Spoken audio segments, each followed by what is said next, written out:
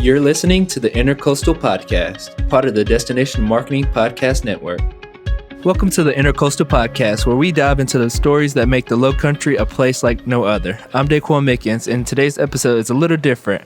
We're celebrating our own team here in Beaufort, South Carolina, and by asking everyone to share their first experience visiting Beaufort. Everyone's experience to visiting Beaufort's unique in its own right, so what better way to tell you the unique arrival story than grabbing everybody here in the office and them sharing their first moments and what they thought of when they discovered something that felt like coming home. This is our way of sharing how we each found the Intercoastal. Let's start with Rob Wells, CEO and President of Beaufort CVB. Welcome, Rob. Hey, thanks, Daquan, for letting me back on the podcast. Oh, always. It's always a pleasure to have you. So we're going to dive into your first experience of visiting Beaufort, what brought you to Beaufort, and then what was your thoughts when you got to Beaufort?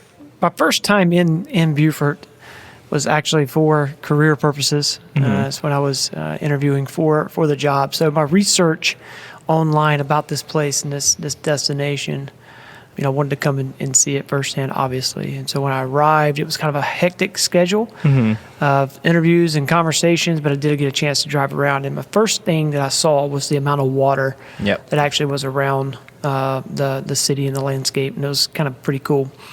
It wasn't until my family came back after being offered the job, accepting the job, going through the process, we came down as a family. And we went downtown and ate along the waterfront. And as we were walking back to where we had parked, we passed by the Beaufort Inn and what they now call Tabby Gardens. And there was a wedding reception taking place. And I still can envision my 5-year-old, then 5-year-old daughter and 3-year-old daughter peering through the picket fences and the landscaping at this beautiful bride and her new husband, and they were celebrating the family that had gathered there. And my daughter turned to me and said, "Daddy, one day I want to get married here." And it was such a cool moment, just because it's a little princess having that moment. But she could see herself being married in Beaufort, and what a picturesque part of that was. Yeah, that's awesome. Not only just for you as a parent to know, like, oh, this is where we're moving to, and one day your daughter wants to get married here in Beaufort. Like, that's something only written in movies that you hear. And it's something that you see a lot happen right now, right? You still have people still come here and say, "Man, I can't wait to get married here," and they choose this place as a wedding destination for their special moment, and that's pretty cool. Yeah, and what, if you don't mind me asking, what season was it when you guys came? So it would have been spring. Okay. I think we showed up in April. I moved here in May, I believe, so. Okay. It must have been about mid-April. So yeah, once again, one of the best seasons in all of Beaufort is the spring season, and I can definitely see why it had a lasting memory and lasting impact on my kids and myself at the time. Yeah, I agree. That's such a great story and so unique, and definitely unique to you and your family. A story like no other. Yeah, and it's a great place. I mean, and then you see that moment. So, we have this time where we're just like, okay, so there's that cool memory, first off. And then we start living here, start working here. And I remember telling my wife that, when you're promoting a destination, you never want to get the viewpoint of a local, like from the vantage point. You don't want to see your destination as a local would see. You want to always try to picture it as how a visitor would interpret how they're experiencing the area. Agree. And so for that first year, it was we had the visitor glasses on, and just looking at everything from a visitor aspect made a lasting impression there as well. I agree. No, nothing better than seeing your future home from a visitor's perspective. Thank you so much for joining us today, Rob. And next we have Caroline Getzy with our friends from Baja. Welcome back to the show, Caroline. Hey, Daquan. Thanks for having me back. Oh, no problem. Glad to have you back. Glad to dive into your unique story of when you first got to Beaufort. I know it's a little bit different than Rob, who was already married and had kids when he got here. So when you got here, you were younger. What age did you get here to Beaufort? Yeah, so I grew up coming to Beaufort. My family grew up visiting every summer to Fripp Island. And one of the highlights of our trip was on our way out of town. We would always stop in downtown Beaufort. We'd stop on Bay Street and we would get ice cream. We would go to lunch. There were so many spots that we could sit outside with our dog. And even though we were sad to be leaving vacation, Beaufort downtown was just such a light and made us not so sad about leaving because we had something to look forward to at the end of our trip. So that's what really brought me back to Beaufort, is because I just remember doing that and loved the scenery and loved downtown, and that's how I ended up back down here. Yeah, it's funny because you hear that so many times with people who grew up visiting here or going out to Fripp and enjoying it for vacation. They're like, you know what, that was so much fun that I kind of want to live there and want to bring my kids to grow up there and to give them that same experience. So you're one of those visitors that was a repeat visitor who decided, you know what, this is where I want to go. Absolutely. Yeah, I think that's a great, unique story, kind of different from Rob, who was coming for work, and then I was coming after college with my wife. So it was kind of different aspects. It's kind of good to hear the different nuances of everybody, how they found their intercoastal and found Beaufort as their home. Absolutely. But thank you so much, Caroline, for coming on and kind of giving your story of where, you know, how you made Beaufort your home, and telling people who are visitors, you know, hey, maybe one day if you like it so much, you can move here as well. Absolutely. Thanks, Daquan. Thank you. That was great insight from Caroline. We really appreciate it. And now we have our other friend from Baja, Ashley Houck, joining us again on the Intercoastal Podcast. Welcome back, Ashley. Hey, Daquan. How's it going? It's going. It's Monday. We're, talking about Beaufort and our memories of when we first got to Beaufort. And everyone has such unique, especially looking back, you see what it was like when everyone got to the area. And we talked with Rob and we talked with Caroline, and them aging differently, her being in her high school, younger age, and then Rob being older and having kids at that time. It's just different when people come into Beaufort. So if you could tell us your first experience of coming into Beaufort, and what do you remember from that time? Yeah, everybody's perspectives are different, and I vividly remember my first time coming to Beaufort because I actually had a job interview for the position that I'm in right now, which is Beaufort Area Hospitality Association. And I was driving along Bay Street and I was hit with the moss draping, the wind blowing. It was in January, but I remember it was very warm that day.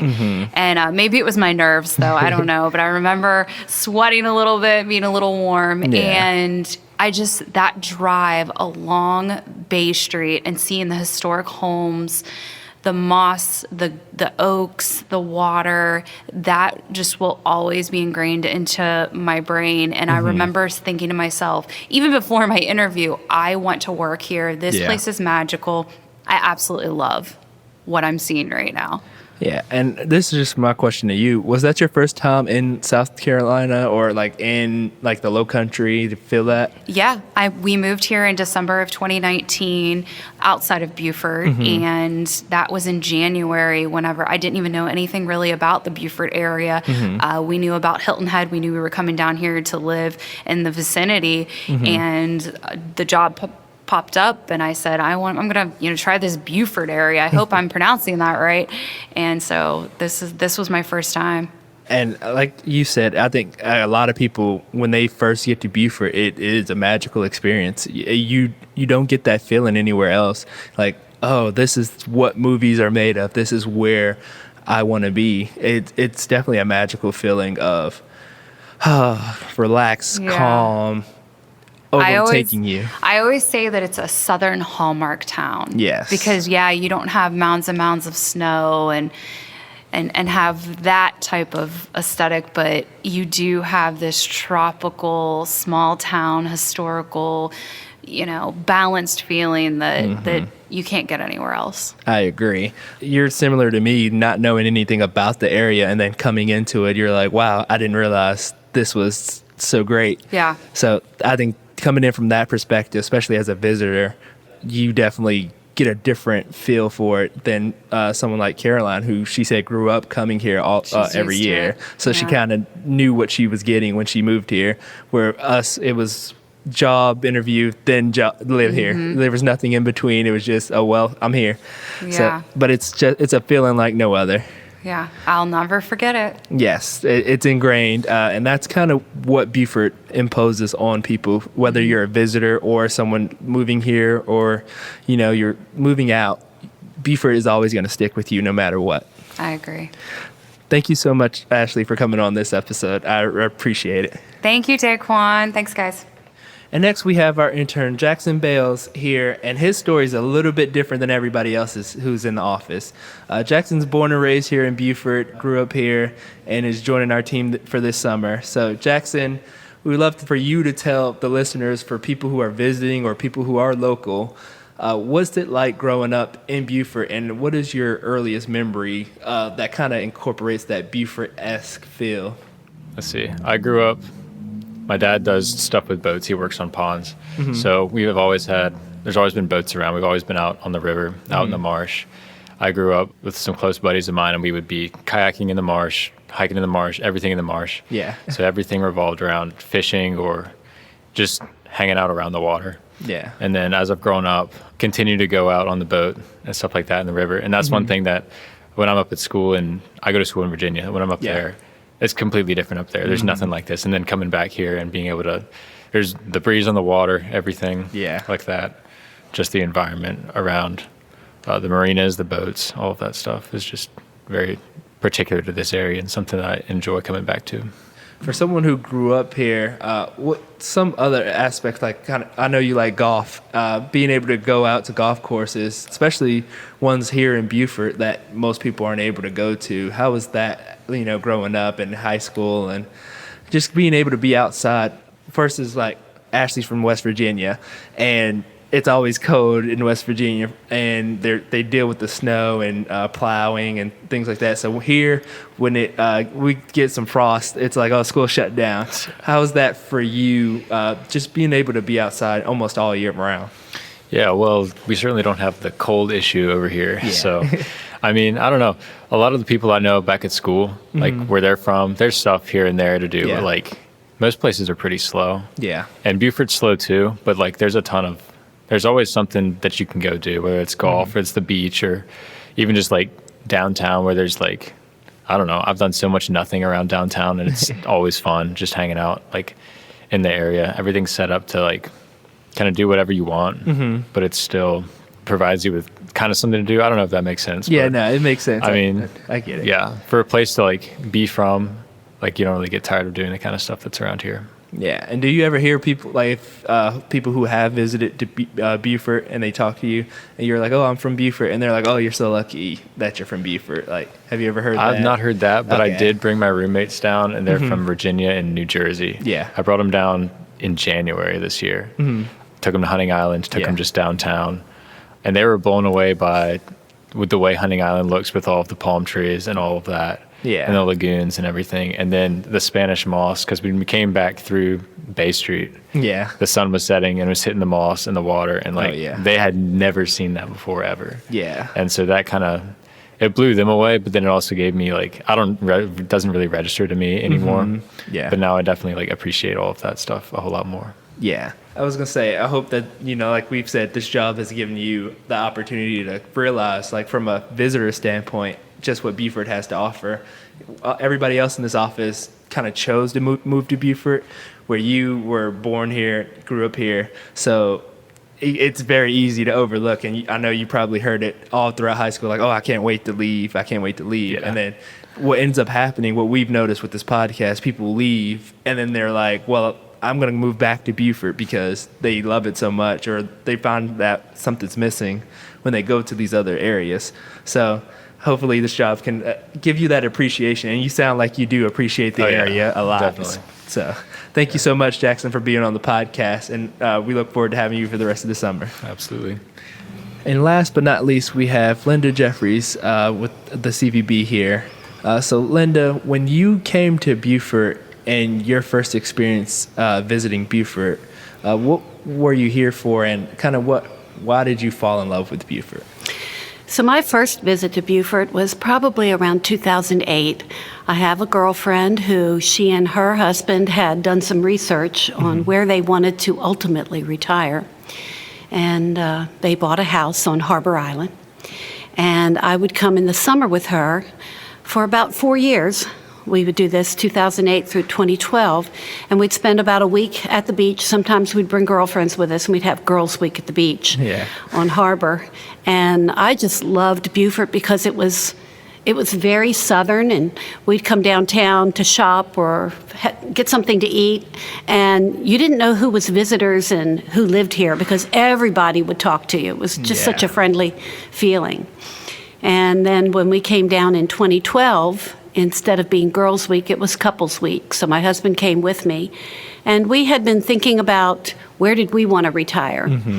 And like it here because we had looked at some other areas in the South, and we were ready to buy. So that weekend in 2012, we called a realtor and looked at about 5 houses and went back to the second house and bought it. So it only took my husband's first trip here. It was about my 4th or 5th. So. Yeah, sometimes that's how it works. Like we've said throughout this episode, there's different experiences when they first visit Beaufort, whether it's you're young and kind of come here constantly for family vacations or you come here for a job.